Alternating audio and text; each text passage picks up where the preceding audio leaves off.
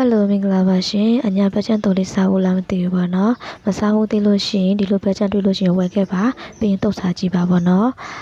ဒါလေးကိုTV ချင်းစားလည်းကောင်းတယ်ပေါ့နော်ဖုန်းကြည့်ရင်စကားတွေပါရင်ချင်းစားလည်းကောင်းတယ်အဆောင်မှာတငယ်ချင်းနဲ့စုပြီးတော့ကျွန်တော်တိုင်တော့စကားပြောစားရင်လည်းတော့မိုက်တယ်ပေါ့နော်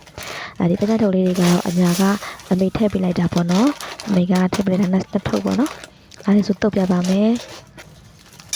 ဒီတော့ဘက်ချန်လေးကိုဝတ်သားမလောက်ထည့်ပေါ့နော်ထည့်ပြီးလို့ရှိရင်အစားပလိုက်အနေနဲ့ကြတော့ဘာတွေပါမလဲဆိုတော့စိုးထည့်ထားတာကြတော့ကျွတ်သွန်လေးပါမယ်ပေါ့နော်ကျွတ်သွန်လေးပါမယ်ကျွတ်သွန်မိတ်ပါမယ်ငရုတ်သီးစိမ်းပေါ့နော်ငရုတ်သီးစိမ်းစားနိုင်တဲ့လောက်ပေါ့နော်ထည့်လို့ရပါတယ်ပြီးလို့ရှိရင်ဆိုတော့နန်းနန်းပင်းထည့်ထားရပေါ့နော်အိမ်မှာရှိနေလို့ပါပုံမှန်ဆိုလို့ရှိရင်တော့ဘလောက်ပစ္စည်းမရှုံလို့ရှိရင်လည်းကျွတ်သွန်နဲ့ငရုတ်သီးစိမ်းနဲ့ဆိုလို့ရှိရင်လည်းအရန်စားလို့ကောင်းပါတယ်နော်ပြီးလို့ရှိရင်အရသာကတော့ဟင်းချုံပုံနဲ့စားနေပဲထည့်ပါတယ်ပြီးရင်စီစိမ်းလေးထည့်ပြီးတော့ဆိုလို့တပည့်လေးနှံသွားမှုပေးလိုက်မှဖြစ်ပါတယ်နော်ဆက်စားပြီးဆိုလို့ရှိရင်တော့ရပြီပဲဖြစ်ပါတယ်ပေါ့နော်တော်တော်လေးစားလို့ကောင်းပါတယ်ဝါလိုက်လို့ရှိရင်ကျွတ်နဲ့ကျွန်တော်နဲ့တိုက်လို့ရှိရင်လည်းလုံးဝမိုက်တယ်ပေါ့နော်အဆောင်မှာဆိုလို့ရှိရင်တကယ်ချင်းတွေဝိုင်းစုပြီးစကားပြောရစားလို့ရှိရင်တော့လုံးဝ